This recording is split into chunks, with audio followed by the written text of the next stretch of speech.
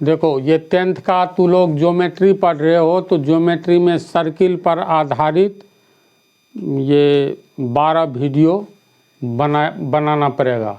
तमाम सिलेबस आ जाएगा एनसीईआरटी का, लेकिन सर्किल का कंसेप्ट चाहिए।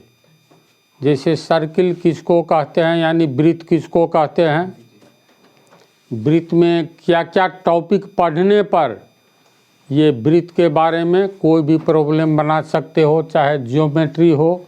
आगे में एक चैप्टर है वृत्तों से संबंधित क्षेत्रफल। तो पहले वृत्त के बारे में जानना है, जो किस टाइप की आकृति है।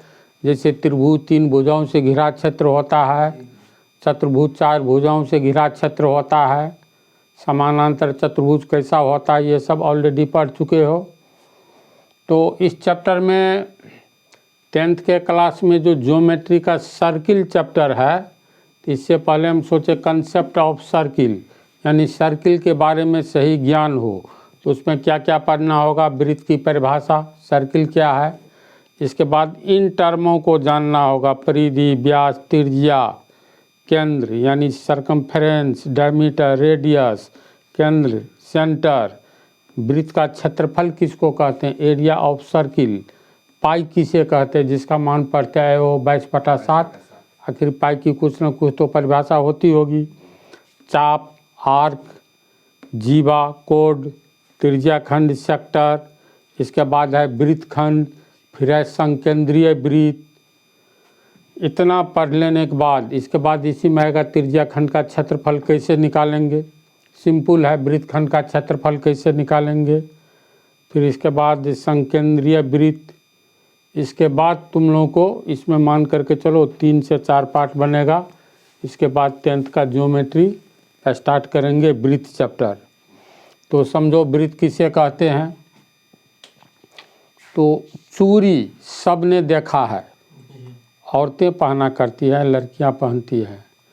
तो चूड़ी जैसी आकृति जहाँ कहीं भी दिखलाई दे, समझ जाओ वहीं सर्किल यानी वृत्त है। यानी जिस टाइप की चूड़ी होती है उसी टाइप की आकृति जहाँ जहाँ भी देखोगे, इसको हम लोग वृत्त कहेंगे सामान्य ढंग से समझने के लिए। शून्य सहित गिनती की संख्याओं को होल नंबर्स, पूर्ण संख्या कहते हैं। तो 1 से पहले शून्य आता है, तो शून्य जैसी आकृति जहाँ भी दिखलाई दे, समझ लो वहीं वृत्त कहलाएगा। तब तो बहुते उदाहरण मिल जाएगा।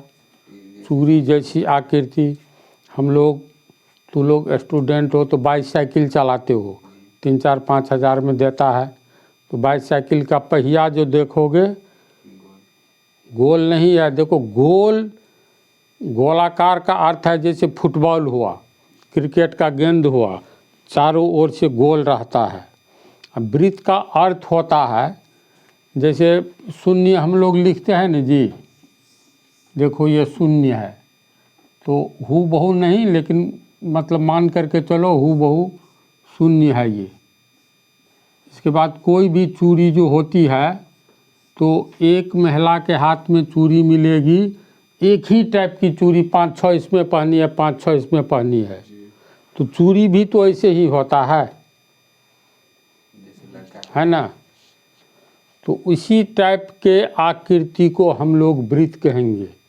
पहले तो दिमाग में लाओ जो वृत्त क्या है। तो किस टाइप की आकृति को कहेंगे, जो शून्य जैसी आकृति लगे। शून्य बोलो तो फुटबॉल जो है, क्रिकेट का गेंद जो है, ये शून्य जैसी नहीं है। शून्य का मतलब हो गया चूड़ी जैसी आकृति। तो इस तरह की आकृति को वृत्त कहेंगे सामान्य रूप से समझने के लिए। इसकी जो परिभाषाएं हैं, मतलब किस टाइप की आकृति को कहेंगे, दिमाग में बात आ गई ना। अब साइकिल का चक्का जो होता है तो इस टाइप से होता है ना। बीच वाला पार्ट हो गया, इसको क्या कहते हैं, जो साइकिल बाईसाइकिल होता है, इसको हम लोग धुरी कहते हैं। साइकिल की बात हो गया। ये हो गया साइकिल का पहिया हुआ ना। फिर देखना इसमें से तार लगा रहता है।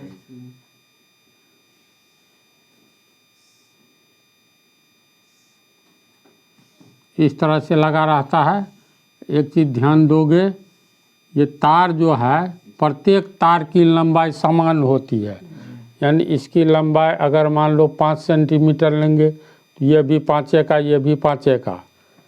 तो ऐसा साइकिल, मतलब अब दिमाग में आ गया साइकिल का चक्का। तो इसी तरह जो है साइकिल का चक्का एक वृत्त है, वृत्त जैसी आकृति है, क्योंकि चूड़ी जैसी आकृति, ये साइकिल का चक्का देखो तो चूड़ी जैसी आकृति में है ना। तो मान लो ये साइकिल का चक्का वृत्त है, मोटरसाइकिल का चक्का भी वृत्त के आकार का है, कहेंगे वृत्ताकार है। ट्रेन का चक्का वृत्ताकार होता है, दिमाग में लो। ट्रेन का चक्का या साइकिल का चक्का फुटबॉल जैसा नहीं ना होता है, गेंद जैसा, जो बच्चा सब 5 रुपया का प्लास्टिक वाला क्रिकेट में तो जो गेंद होता है, इस तरह का साइकिल का चक्का नहीं होता है। तो जितना भी चक्का है किसी भी सवारी गाड़ी का दुनिया में, वो वृत्त जैसी आकृति का है, यानी वृत्ताकार होता है। तो मान लो ये साइकिल का चक्का है, उदाहरण के लिए इसको रहने देते हैं। अब देखो वृत्त किसको कहते हैं, तो इसको हम लोग सरल रेखा कहेंगे, सीधी रेखा को सरल रेखा कहते हैं। चलो थोड़ा सा झुका दिए इसको, ये वक्र रेखा हो गया, हुआ ना। अब देखो तो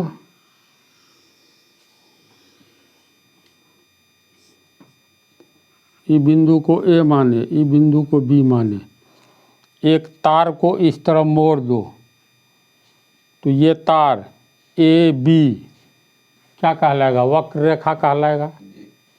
चलो इसको हम तार को यहाँ से यहाँ तक मिला दिए, तो ये वाला जो है किस टाइप की आकृति होगी, तो वक्र रेखा से बंद एक आकृति हो गई।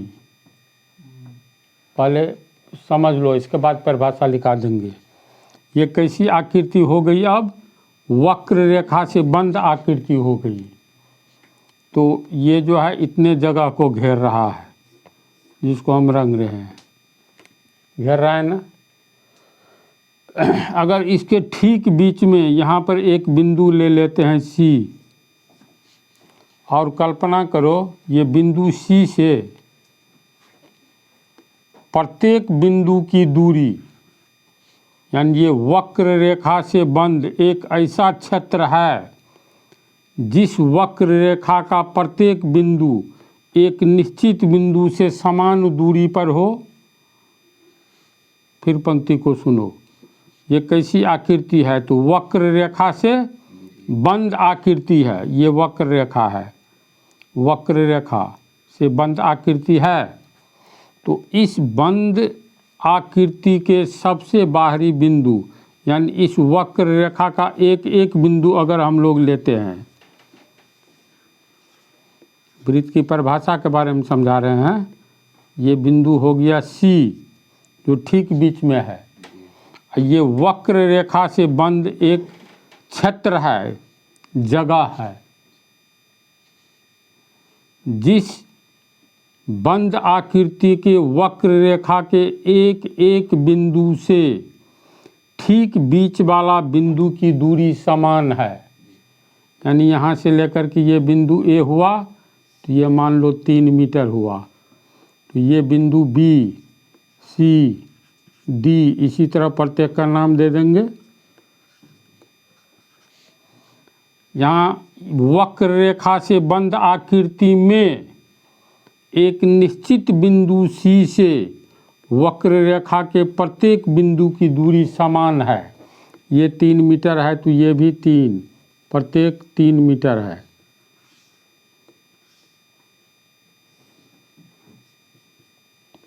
समझा? ये किस टाइप की आकृति है, तो देखो ये वक्र रेखा से बंद आकृति है। तो जिस वक्र रेखा के एक एक बिंदु से ठीक बीच में स्थित बिंदु की दूरी समान है, सब 3 मीटर दूर है वक्र रेखा का प्रत्येक बिंदु एक निश्चित बिंदु सी से। अब ऐसी आकृति को हम लोग वृत्त कहेंगे। तो वृत्त की परिभाषा होती है, हम 3-4 पर परिभाषा तुम लोग को लिखा देंगे। वृत्त वक्र रेखा से बंद एक ऐसी आकृति होती है जिसके वक्र रेखा के प्रत्येक बिंदु से एक निश्चित बिंदु की दूरी समान होती है। समझ गया? अब कल्पना करो, ये एक ऐसी आकृति है जिस आकृति में, मतलब बंद रेखा से, वक्र रेखा से बंद आकृति है, तो जिस वक्र रेखा के प्रत्येक बिंदु से, इस बिंदु से, इस बिंदु से, प्रत्येक बिंदु से लेंगे तो ये ठीक बीच में स्थित बिंदु से सबकी दूरी समान होती है। तो ये साइकिल का चक्का जो है, ये चक्का हो गया। तो ये चक्का कैसी आकृति हो गया? वृत्त का। ये वृत्त है जिसमें ठीक बीच में मध्य बिंदु जो कि धुरी होता है, चक्का के प्रत्येक बिंदु से समान दूरी होती है, तब नहीं ये 3 मीटर का रहेगा। तो प्रत्येक स्पोक यानी ये तार 3 मीटर का रहेगा, है ना ऐसी बात? तो वृत्त वक्र रेखा से बंद एक ऐसी आकृति है, वक्र रेखा से बंद एक ऐसा क्षेत्र है, आकृति है, जिसके ठीक बीच स्थित मध्य बिंदु से वक्र रेखा के प्रत्येक बिंदु की दूरी समान होती है, उसे वृत्त कहते हैं। समझा? तो परिधि में, ये परिधि जो लिखाया है, इस वक्र रेखा को हम लोग परिधि कहेंगे। जैसे टायर जो हो गया, साइकिल का टायर, ये परिधि कहलाएगा। तो ये परिधि कितना लंबा है? तो मान लो ये वृत्त है, कोई चूड़िए है, तो यहाँ पर तो क्या करो, बिंदु ए पर कैंची से काट दो, इसको फैलाओगे तो नमराओगे तो कुछ ना कुछ सेंटीमीटर लंबा होगा। तो इस वक्र रेखा की संपूर्ण लंबाई को हम लोग क्या कहेंगे? परिधि कहेंगे। साइकिल में टायर की लंबाई को परिधि कहेंगे। अभी टायर को कैंची से यहीं काट करके फैला करके देखो, जितना लंबा होगा, 5 मीटर होगा, तो कहेंगे इस टायर की लंबाई 5 मीटर है, यानी परिधि 5 मीटर है। तो अर्थात ये इंग्लिश सरकमफेरेंस, ये कहलाएगा सरकमफेरेंस। समझ गया? इसके बाद सीधे केंद्र पर आओ। तो ठीक वृत्त के ठीक मध्य में स्थित ऐसा बिंदु, जिस बिंदु से परिधि के एक एक बिंदु की दूरी समान होती है। अब ठीक बीच में ये सी, एक वृत्त में बिंदु सी ठीक मध्य में है। अब यहाँ से ए की दूरी 3 मीटर, तो बिंदु बी की दूरी 3 मीटर, प्रत्येक बिंदु की दूरी 3 मीटर होगी। तो ऐसे ही बिंदु को जो वृत्त के ठीक मध्य में स्थित होता है और जिस बिंदु से परिधि के एक एक बिंदु की दूरी समान होती है, तो बीच में स्थित इस तरह के बिंदु को हम लोग केंद्र कहेंगे, सेंटर कहेंगे। समझ गया? तो ये परिधि हुआ, ये केंद्र हो गया। इसके बाद आ जाओ रेडियस। तो सीधे, अच्छा, इस साइकिल के चक्का में केंद्र कौन सा हुआ? ये धुरी हो गया, वृत्त का केंद्र होगा ना। इसका नाम चलो ओ दे देते हैं, ये धुरी के बारे में दिखलाए थे। इसके बाद ये हो गया टायर परिधि। इसके बाद आओ व्यास। तो ठीक मध्य वाला बिंदु केंद्र कहलाएगा। केंद्र का अंग्रेजी सेंटर होता है, और सेंटर को हम लोग सी से व्यक्त करेंगे, तो इसका नाम दे दिए सी। तो बिंदु सी क्या कहलाएगा? वृत्त का केंद्र, जो कि कहाँ स्थित होता है? वृत्त के ठीक मध्य में, जहाँ से परिधि की दूरी एक समान होती है। तो ये हो गया। इसके बाद आ जाओ त्रिज्या। अब देखो इसका नाम क्या होगा, जैसे एक आकृति बनाए त्रिभुज, तो ABC, इसका नाम हम लोग कैसे बोलेंगे, त्रिभुज ABC या त्रिभुज BCA या त्रिभुज मतलब तीनों पॉइंट से ACB। चतुर्भुज रहेगा तो चतुर्भुज ABCD, है ना, ऐसे करके। तो वृत्त का नाम लिया जाता है केंद्र के नाम से। कहेंगे माना कि C केंद्र वाला एक वृत्त है, ठीक है। तो मान लो ये C केंद्र वाला कोई वृत्त है, तो ये इसका परिधि हो गया, ये बंद वक्र रेखा। अब केंद्र को परिधि से जो भी रेखा मिलाएगी, ये मान लो CA रेखा मिलाई, तो केंद्र एवं परिधि के किसी भी बिंदु को मिलाने वाली रेखा को त्रिज्या कहते हैं। कहीं पर एक बिंदु ले लो, यहाँ B लिए, अब ये बिंदु C है, तो केंद्र C और परिधि के बिंदु B को मिलाने वाली रेखा त्रिज्या कहलाएगी। समझ गया। कहीं पर बिंदु लिया जा सकता है D, तो केंद्र C एवं परिधि पर स्थित बिंदु D को मिलाने वाली रेखा त्रिज्या कहेंगे। त्रिज्या का अंग्रेजी रेडियस, इसको R से व्यक्त किया जाता है। CA बराबर R। मान लो 3 सेंटीमीटर है, तो प्रत्येक त्रिज्या 3 सेंटीमीटर होगा। अगर CA 5 सेंटीमीटर है तो CB भी 5 सेंटीमीटर। ये भी प्रत्येक हजारों अनंत त्रिज्याएँ होगी, सब त्रिज्याओं की लंबाई 5 सेंटीमीटर ही होगी। अर्थात प्रत्येक वृत्त की त्रिज्या एक समान होती है। इसे हम लोग R से व्यक्त करेंगे। ये सब हम लिखा देते हैं। अब आओ व्यास। तो व्यास किसको कहेंगे,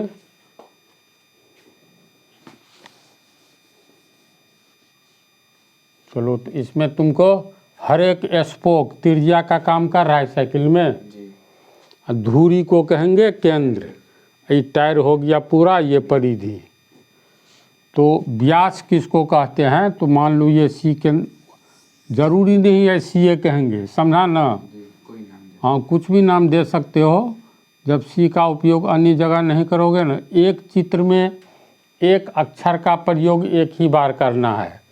ऐसा भी हो सकता है, लिखेंगे माना कि यह O केंद्र वाला वृत्त है, तो केंद्र का नाम O रखोगे, कहेंगे माना कि यह O केंद्र वाला वृत्त है।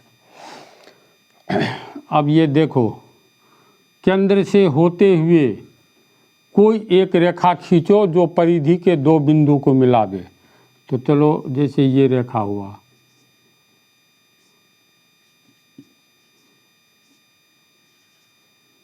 AB कैसी रेखा है, AB एक ऐसी रेखा है जो केंद्र से होते हुए परिधि के 2 बिंदु A एवं B पर मिलता है ना। यानी AB केंद्र से गुजरने वाली रेखा है। तो परिधि के 2 बिंदु एवं केंद्र, यानी परिधि के 2 बिंदु एवं केंद्र को मिलाने वाली एक सरल रेखा, अर्थात केंद्र से गुजरने वाली ऐसी सरल रेखा जो 2 ओर परिधि को स्पर्श करे। नहीं तो ऐसे भी तो हो सकता था, जैसे मान लो ये केंद्र C है, ये रेखा खींच दो, ये MN रेखा भी सरल रेखा है और केंद्र से गुजर रही है, तो ये व्यास नहीं कहलाएगा। व्यास का अर्थ होता है केंद्र से गुजरने वाली ऐसी रेखा जो परिधि के 2 बिंदु को स्पर्श करे। मतलब 2 बिंदु, परिधि के 2 बिंदु को मिलावे। केंद्र से गुजरने वाली ऐसी सरल रेखा जो परिधि के 2 बिंदु को मिलावे। यहाँ बिंदु A और बिंदु B एक ऐसी रेखा है जो केंद्र से गुजरती है ना। तो केंद्र से गुजरने वाली प्रत्येक रेखा जो 2 ओर से परिधि को स्पर्श करे, जैसे ये देखो, ये भी तो केंद्र से गुजरने वाली रेखा है, ये भी केंद्र से गुजरने वाली है। अनंत रेखाएं केंद्र से गुजरेगी, एक और परिधि पर यहाँ तो दूसरी ओर यहाँ, यानी M और N तक आती है। MN एक ऐसी रेखा है जो परिधि के एक बिंदु M से केंद्र होते हुए परिधि के दूसरे बिंदु N तक आती है। तो व्यास समझ गया, केंद्र से गुजरने वाली ऐसी रेखा जो दोनों ओर से परिधि को स्पर्श करे, तो ऐसी रेखा को व्यास कहते हैं। तो यहाँ केंद्र तक हुआ, तो यहाँ तक जो है ना, इसमें इतना लिख लो और वृत्त की परिभाषा लिखा दिए हैं हम। देखो ये चित्र, यह ओ केंद्र वाला वृत्त है। ये वक्र रेखा है जिसके मध्य बिंदु ओ से वक्र रेखा के प्रत्येक बिंदु की दूरी 3 मीटर, प्रत्येक वक्र रेखा पर स्थित प्रत्येक बिंदु की 3 मीटर है ना, ये वृत्त हो गया। इसमें 5 सेंटीमीटर की दूरी पर वक्र रेखा का प्रत्येक बिंदु एक निश्चित स्थान यानी बीच में मध्य बिंदु से 5 मीटर की दूरी पर है, तो इसलिए ये भी वृत्त हुआ। समझा दिए हैं, इसको लिख लो। इसके बाद जो है ये सेकंड क्वेश्चन में ये 4 ठो अगले पार्ट में लिखा कर ये वाला समझाएंगे।